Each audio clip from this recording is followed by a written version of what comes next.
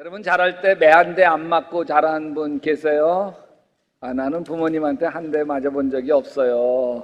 한번 손 들어보세요. 와, 하여튼 부러워요. 저 내지게 맞았어요. 네.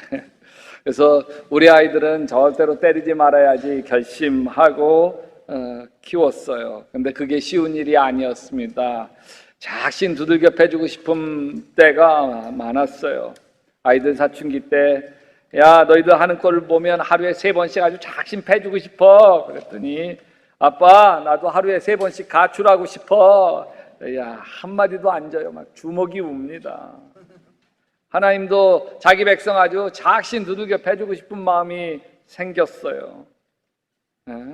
특히 자신이 아끼고 아끼는 다윗을 아주 작심 두들겨 패주고 싶은 마음이 생겼어요. 그래서 하나님이 예언자 갓을 불러서 야, 너는 다윗에 가서에게 가서 전해라. 나 주가 말한다. 내가 너에게 세 가지 제안을 하겠으니 너는 그 가운데 하나를 택하라. 그러면 내가 너에게 그대로 처리하겠다. 여기 자식을 혼낼 때 너 엉덩이 맞을래? 손바닥 맞을래? 아니면 종아리 맞을래? 어디? 말만 해 라고 얘기하는 거하고 똑같아요. 첫째, 다윗이 다스리는 이스라엘 나라에 3년 동안 기근이 오는 벌이에요. 두 번째는 다윗이 대적에게 3개월 동안 쫓겨다녀야 되는 벌이에요. 세 번째는 온 나라에 3일 동안 전염병이 확 도는 거예요. 3년이냐? 3개월이냐? 3일이냐? 난감한 일이죠. 셋 중에 하나 선택하라고 하는데 어느 것 하나 쉬운 게 없어요. 그 말을 들은 다윗이 너무 괴로워서 이렇게 이야기합니다. 괴롭기 그지가 없습니다. 그래도 주님은 자비가 많은 분이니 차라리 내가 그의 손에 벌을 받겠습니다. 사람의 손에 벌을 받고 싶지는 않습니다. 뭐예요? 두 번째만 아니면 다 좋습니다. 두 번째가 대적에게 3개월 동안 쫓겨다니는데 그것만 빼고는 다 좋습니다. 어떤 벌이라도 받겠다 얘기합니다. 결국 하나님은 3일 동안 이스라엘 백성에게 전염병이라고 하는 저주를 내리셨고 그 짧은 3일 동안 7만 명이 죽습니다. 도대체 다윗이 무슨 잘못을 했기에 이 엄청난 벌을 받아야 했을까요? 그 잘못이 역대상 21장 1절 말씀에 나와 있습니다. 사단이 일어나 이스라엘을 대적하고 다윗을 충동하여 이스라엘을 계수하게 하니라. 다윗은 부대장관 요압을 시켜 이스라엘 백성들 계수를 하게 합니다. 명령받은 요압 장군이 뜯어말려요. 하나님이 다윗 임금을 축복하고 계시는데 왜 호구조사를 하려고 하십니까? 말립니다. 하라면 해! 하라면. 이 호구조사한 건데 이것 때문에 하나님이 대단히 화가 나셨어요. 여러분, 호구조사는 집집마다 수입이 얼마인지 가족 구성은 어떻게 되는지 파악하는 거잖아요. 다윗이 왜 호구조사를 했을까요? 그것을 통해 백성들로부터 세금을 더 많이 거두어 드리려고 하는 거예요. 백성들을 더 많이 군사로 징용해서 왕권을 강화하게 하려는 거예요. 요압이 조사해서 다윗에게 보고를 합니다. 이스라엘 중에 칼을 뺄 만한 자가 110만 명이요 유다 중에 칼을 뺄 만한 자가 47만 명이라. 군대로 징용할 수 있는 사람 몇 사람인지 헤아린 거예요. 그러나 집집마다 농사지을 장정이 군대로 징용을 가게 되어지면 백성들 집안 살림은 어려워질 수밖에 없잖아요. 다윗은 호구조사를 통해 자기의 권력을, 절대 권력을 강화시키려고 하는데 이거는 절대 권력은 절대 부패, 하나님의 실패입니다. 처음 가나안 땅에 정착했을 때 이스라엘에게는 왕이 없었어요. 다스리는 사람이 따로 없었어요. 사사들만 있었어요. 그들은 평소 자기 직업을 가지고 평범하게 살다가 나라가 위급할 때 이스라엘을 이끌고 적을 물리칩니다. 그러다가 전쟁에서 이기면 다시 자기 직업으로 돌아와 농사를 짓고 양을 치면서 살았어요. 그렇게 평화로운 민족이었어요. 이스라엘을 다스리는 분은 하나님이시죠. 그러면 된 거였어요. 그런데 이스라엘 장로들이 사무엘에게 찾아와 왕을 세워달라고 간청합니다. 그때 여호와께서 사무엘에게 나타나 이렇게 이야기하시죠. 백성들이 내게 한 말을 다 들으라. 이는 그들이 너를 버림이 아니요 나를 버려서 자기들의 왕이 되지 못하게 함이라. 그러나 하나님이 백성들의 청을 들어줘요. 사울을 기름 부어 왕으로 세워줍니다. 근데 이 사울 왕은 하나님을 의지하지 않아요. 자신의 기념비를 세웁니다. 그래서 하나님은 사울 대신에 다윗을 이스라엘 왕으로 세워줍니다. 다윗은 정말 하나님을 의지하던 사람이었어요. 사울왕에게 쫓기며 광야를 헤매며 오직 하나님을 의지하던 하나님의 사람 다윗이었어요. 근데 다윗도 왕이 되더니 절대 왕권의 길을 가려고 해요. 호구조사할 때에 칼 뺄 만한 자가 몇 명인지 조사하는 것을 보면 속셈이 다 보입니다. 여러분, 이 호구조사할 때에 고아를 조사했어야죠. 과부를 조사했어야죠. 장애인이 얼마나 많은지를 조사했어야죠. 그랬다면 하나님의 축복이 쏟아졌을 거예요. 불쌍한 사람들, 돌보아야 할 사람들을 조사하지 않습니다. 칼과 창을 들 사람을 조사해서 절대 권력을 추구합니다. 사실 절대 권력은 최고 권력자인 왕에게만 있는 유혹이 아닙니다. 가정에서도 왕처럼 군림하려는 남편에게도 있고요, 며느리 휘어잡으려고 하는 시어머니에게도 있고, 자식들 내 마음대로 하려고 하는 엄마에게도 권력의 유혹이 있습니다. 여러분 가정에 권력 서열 어떻게 됐어요? 우리 집 남편이 권력 서열 1위예요. 손 들어보세요. 아니에요. 아내가 1위예요. 남자들 손 들어보세요. 네. 여러분, 저는 엄마 아빠가 함께 있는 우리 교회 아이들을 만나면 아이에게 물어요. 얘야, 너희 집에서 누가 가장 무섭니? 아빠니 엄마니? 아이가 망설이지 않고 이야기해요. 엄마요. 엄마가 당황을 합니다. 어머머머, 얘 봐라. 언제 엄마가 널 혼냈다고 엄마가 무섭니? 하긴 아빠는 널 무조건 받아주기만 하지. 악역은 늘 엄마 찾으니 그렇지. 이때 제가 한마디 합니다. 얘야, 목사님이 너희 집에서 가장 무서운 사람이 누군지 맞춰볼까? 너희 집에서 가장 무서운 사람은 바로 너야. 너. 내가 고집피면 엄마 아빠도 너에게 쩔쩔쩔쩔 매잖아. 저희 집은 어떨까요? 예전에는 아내가 말대꾸하면 제가 남편 말이 말 같지 않아? 화를 내곤 했습니다. 제가 언제나 권력 서열 1위였어요. 근데 우리 부부가 갱년기를 지나면서 서열이 바뀌었습니다. 제가 버럭 화를 내면 아내가 좀 눈을 크게 떠요. 뭐가요? 그러면 제가 꼬리를 내립니다. 서열의 변화가 생겼어요. 근데 지금은 2위로 밀려나 있는데 2위 자리라도 좀 지키고 싶어요. 가족들이 함께 식사를 마치고 제가 아이들에게 말합니다. 야, 설거지는 너희들이 좀 해라. 그때 딸이 한마디 합니다. 아빠가 설거하시면서 귀찮으면 내가 한다고 하시지 않으셨어요? 귀찮으면 아빠가 하셔야죠. 꼼짝없이 제가 설거지합니다. 그래서 지금 서열 2위도 조금 위태롭습니다. 여러분, 하나님이 권력 서열 1위면 됐지 뭐가 더 필요하겠어요?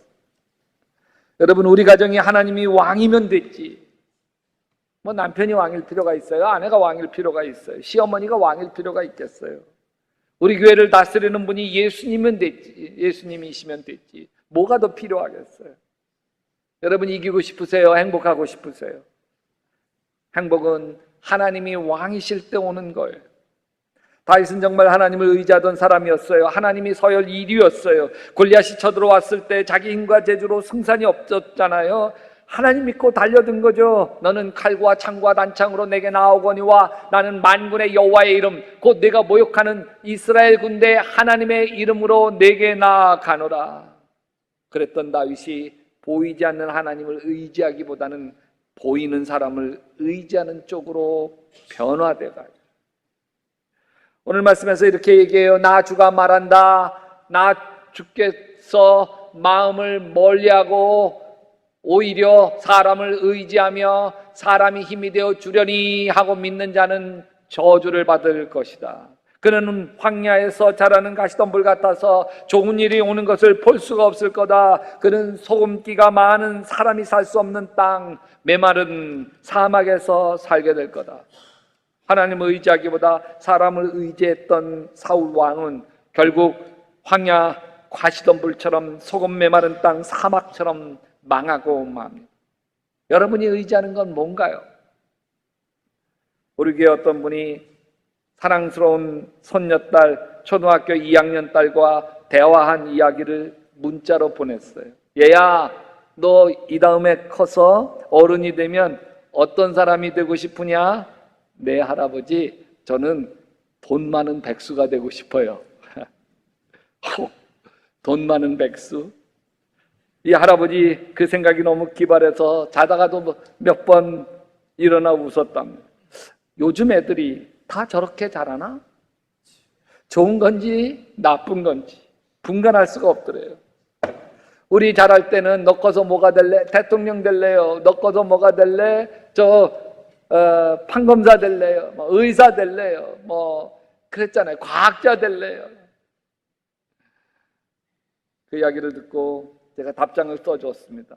손녀가 꼭 돈 많은 백수가 되기를 기도할게요. 반드시 그렇게 되기를 축복합니다.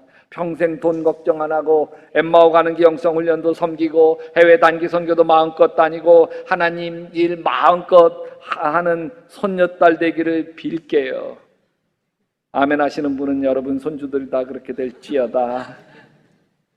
이 손녀딸의 돈 많은 백수가 되고 싶다는 이야기는 현대 젊은이들의 소원을 반영하고 있어요. 요즘 젊은이들의 소원이 뭔지 아세요? 꿈이 뭔지 아세요? 이 손녀딸하고 똑같아요. 너 꿈이 뭐니? 예, 건물주가 꿈이에요. 건물주. 한 달 임대 월세만 받아도 외제차 굴리고 해외 골프 여행 다니는 건물주가 꿈입니다. 돈 많은 백수가 다들 꿈이에요. 근데 이 손녀 딸이 알기나 할까요? 그 쉬워 보이는 그 꿈이 상위 1% 금수저로 태어나지 못한 사람은 이미 하늘의 별 따기라고 하는 것을 알기나 할까요? 스스로 힘으로 돈 많은 백수가 되려면 얼마나 피나는 노력을 해야 하는지 알기나 할까요? 그 피나는 노력을 쏟아붓다가 몸도 마음도 인생도 다 망가질 수 있다는 걸 알기나 할까요? 그리고 그 돈 많은 백수가 되었다 해도 하나님 없는 돈 많은 백수가 얼마나 위험한지 알기나 할까요? 삼성 이재용 회장보다 수십 배, 수백 배 더 부자인 워런 버핏 회장은 이렇게 이야기해요. 부자 부모를 만났다고 해서 평생 공짜 식권을 받는 건 바람직하지 않다. 당신의 자녀에게 너무 많은 돈을 주는 것은 자녀에게 오히려 해가 된다. 그것은 마치 반사회적 활동을 가리키는 것과 같다. 그리고 또 돈 많은 백수가 얼마나 유혹과 타락의 벼랑길을 걸어가야 한다는 걸 알기나 할까요? 부부가 서로 의심의 눈초리로 불안하게 살아야 된다는 것을 알기나 할까요? 오늘 예레미야서 말씀이 맞습니다. 나 주가 말한다. 나 주에게서 마음을 멀리하고 오히려 사람을 의지하며 사람의 힘이 되어 주려니 하는 믿는 자는 저주를 받을 것이다. 그는 황야에서 자라는 가시덤불 같아서 좋은 일이 오는 것을 볼 수가 없다. 겉은 남들이 다 부러워하는 돈 많은 백수예요. 강남의 건물주예요. 그런데 속이 외롭고 메마른 사막인 거예요. 여러분, 내 안에 하나님을 의지하지 않을 때 내가 의지하는 것들은 나를 불행하게 만드는데 두 가지를 불행하게 만들어요. 하나는 하나님보다 더 중요한 것이 결국 내 인생에 다 근심, 걱정, 염려예요. 돈 많은 백수, 그 돈이 늘 근심과 걱정이에요. 성경이 맞아요. 돈을 사랑함이 일만하게 뿌리가 되나니 이것을 탐내는 자들은 미혹을 받아 믿음에서 떠나 많은 근심으로써 자기를 찔렀도다. 건강이 하나님보다 더 중요한 사람 보세요. 늘 건강 때문에 근심하고 걱정해요. 자녀가 하나님보다 더 중요한 사람은 자녀가 늘 근심이 되어 있습니다. 안 그렇습니까? 두 번째, 하나님을 멀리하면 내가 원하지 않던 내가 돼버리고 말아요. 내가 원하지 않는 인생이 되어가요. 사람들이 갖는 위대한 착각이 있는데, 내 마음대로 하고 내가 하고 싶은 대로 하고 살면 행복할 거라고 하는 착각이에요. 아내도 내 마음대로 하고 자식도 내 마음대로 하고 시어머니 며느리도 내 마음대로 하면 행복할 거라고 하는 착각이에요. 여러분, 내 마음대로 하고 나면 후련할 것 같지만 두고 후회해요. 내가 왜 이랬지? 내 기분대로 내 감정대로 하면 할수록 내 자신이 싫어지기 시작해요. 왜? 아내가 원하는 남편이 아니잖아요. 자식이 원하는 아빠가 아니잖아요. 내가 진정 원하는 내가 아니기 때문에 그래요. 여러분, 나쁜 사람이 어떤 사람이 나쁜 사람이라고 그랬어요? 나뿐인 사람이 나쁜 사람이에요. 나뿐인 것이, 내 마음에 왕이 되어 있는 사람이 나뿐인 것. 마음대로 해서 행복한 게 아니에요. 여러분, 지금 우리가 온난화, 폭서, 폭염, 폭우, 이런, 지금은 온난화가 문제가 아니라 열대화로가 더 문제다, 이렇게까지 이야기하고 있는 것도 보면, 자연을 우리가 마음대로 하잖아요. 내 마음대로, 인간 마음대로. 그러면서 자연의 역습을, 환경의 역습, 하나님이 창조하신 세계를 우리가 온전히 보존하지 못한 대가를 우리가 받고 있는 거예요. 여러분, 하나님이 내 안에 서열 1위가 되어질 때 사람이 달라지기 시작해요. 내 안에 예수님이 나를 다스리기 시작할 때 내가 달라지기 시작하는 거죠. 자, 보세요. 예수님이 밝다가 주시는 분이잖아요. 너희 중에 으뜸이 되려면 다른 사람의 종이 되어야 하리라, 그렇게 인도하시는 분이잖아요. 그러니까 우리가 예수님을 주인 삼고 예수님처럼 살아가면 살아갈수록 내 가장 가까이 있는 사람들이 나를 좋아할 수밖에 없잖아요. 왜? 섬겨주는데, 받아주는데, 져주는데, 용납하는데. 아멘. 그러면 결국 내가 원하는 내가 돼요. 하나님을 왕으로 삼을 때, 철저히 하나님을 의지하는 삶을 살게 될 때 비로소 내가 이루고 싶은 내 성품을 이루게 돼요. 가장 가까운 사람들로부터 존경을 받게 되고, 내가 생각해도 내 자신이 흐뭇하게 된다 말이죠. 내 마음대로 내 기분대로 할 때가 아니라 하나님 뜻에, 하나님께 붙들려 하나님을 의지하고 살 때.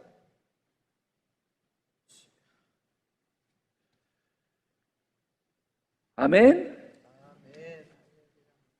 너무 심각해서 아멘을 안 하시나? 우리 예레미야서 17장 7절 같이 읽어볼까요? 그러나 주님을 믿고 의지하는 사람은 복을 받을 것. 지금 다윗이 군사력을 의지하려고 했거든요. 사람을 의지하려고 했거든요. 호구조사를 그렇게 했거든요. 근데 다윗이 잘한 것이 있다면, 다윗은 자기를 바꾸는 능력이 있어요. 자기를 수정해요. 자기를 돌이켜요. 아, 그거 잘못됐지. 그러면 안 되지. 여러분,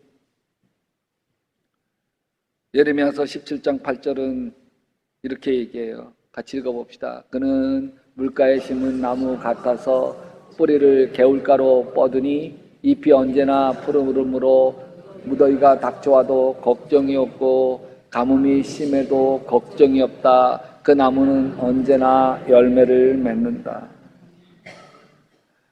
엠마오 영성훈련에서 만나 어느 권사님이 자신의 이야기를 꺼내요. 그분은 사업을 근사하게 하던 분이었어요. 잘 나가던 중소기업 사장입니다. 자신의 성취를 만끽하기 위해서 취미생활을 즐기며 살았어요. 골프 치러 다니고 낚시하러 다니면서 만족한 인생을 살았어요. 집에는 그냥 돈만 갖다 주면 되는 것인 줄 알았어요. 그러다가 수익 관세를 줄이려고 부정직하게 세무보고를 한 것이 들통나 버렸어요. 관세청에 조사가 시작되었어요. 그렇지 않아도 금융위기에 회사가 휘청거리고 있는 때여서 순순히 조사에 응하고 벌금을 맞게 되면 회사는 폭삭망하고 맙니다. 그래서 출석 요구에 불응했고 수배가 시작되기 시작했어요. 정말 도망 다니는 것은 못할 짓이에요. 집에 들어가지도 못하고 친구들 집을 전전하면서 살아야 했고, 누가 뒤에서 쫓아오는 것 같아서 하루 종일 가슴 졸이면서 살아야 했어요. 그리고 밤마다 악몽에 시달리는데 늘 경찰 강도에게 쫓기는 꿈이에요. 도망가야 하는데 아무리 달리고 달려도 나는 제자리고 나는 나를 쫓아오는 놈은 아주 번개처럼 달려와요. 붙잡히지 않으려고 막 몸부림치다가 화들짝 놀라 깨보면 꿈이었어요. 인생 밑바닥으로 추락해버린 거예요. 어느 날 악몽으로 화들짝 놀라 깨보니 새벽이었어요. 또 잠을 청하려고 엎치락 뒤치락 잠이 안 와서 몸을 뒤척이다가 문득 새벽기도 생각이 났어요. 그래도 명색이 집사였어요. 그래 교회 나가보자. 옷을 챙겨 입고 근처 예배당에 가 앉았어요. 근데 앉자마자 걷잡을 수 없는 눈물이 쏟아졌어요. 지나온 시간들을 돌이켜보니 자기 자신이 한심했어요. 지금까지 내가 헛살았구나. 눈물 콧물 흘리며 회개가 터져 나왔어요. 내가 돈을 의지하면서 살았구나. 내가 성공을 의지하면서 살았구나. 내가 친구들을 의지하면서 살았구나. 내가 다 헛된 것도 붙들고 살았구나. 나 이제 왔으니 내 집을 찾아. 오늘따라 왜 이렇게 음을 잘 못 잡는지 모르겠어. 주여 나를 받으사 맞아주소서. 나 이제 왔으니 내 집을 찾아. 주여 나를 받으사 맞아주소서. 그 뒤로부터 새벽마다 일어나 예배당을 찾았습니다. 어차피 잠도 안 오고 잠을 잡아야 악몽에 시달리니까 예배당이 좋았어요. 홍목사님, 저는 새벽기도 1시간 전에 먼저 성전에 들어가 앉아 있으면 얼마나 평안한지, 근심도 걱정도 다 씻겨가고 오로지 예수님과 교제하게 되는데 너무 행복. 사실 저는 세상 즐거움 다 누려봤는데요, 목사님. 새벽기도 1시간 전에 그냥 예배당에, 텅빈 예배당 앉아 있을 때 밀려오는 그 평안, 행복을 맛보는 것보다 더 큰 행복은 없더라고요.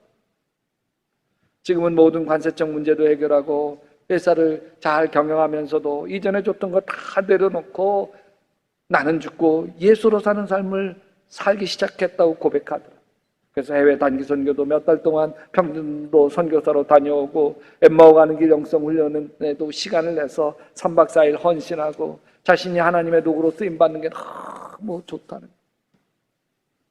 송 목사님, 제가 하나님을 위해서 내 시간과 내 재능과 재물을 쓰기 시작하면서 마음의 놀라운 평안과 행복을 누리면서 살아요. 예전에 제가 잘 나갈 때는 아내가 내 눈치 보면서 살고 자식들도 제 눈치 보면서 살았어요. 저는 모든 걸 다 돈으로 때우고 해결하면서 살아왔어요. 사실 말이 가정이었지 황량한 사막이었어요. 나만 가정에서 제왕으로 군림하면서 살았으니까. 근데 나는 죽고 예수로 살기 시작하면서 이제는 제 아내가 눈물을 흘려요. 예전에는 외로워서 흘린 눈물, 힘겨워서 흘린 눈물이었다면 요즘은 행복해서 흘리는 눈물을 흘려요. 그리고 자식들이 저를 좋아하고 존경하는 것이 다 느껴져요. 참 감사한 일이죠. 맞아요. 하나님 없이 자기 마음대로 살 때 자신의 마음은 사막이고 자신의 주위의 사람들은 황량한 광야입니다. 그러나 하나님을 의지하면서 달라지는 거예요. 그는 물가에 심은 나무와 같아서 뿌리를 개울가로 뻗으니 잎이 언제나 푸르름으로 무더위가 닥쳐와도 걱정이 없고, 같이 합시다. 가뭄이 심해도 걱정이 없다. 그 나무는 언제나 열매를 맺는다. 하나님을 꼭 붙들고 의지하는 여러분의 인생과 삶이 그렇게 될지어다.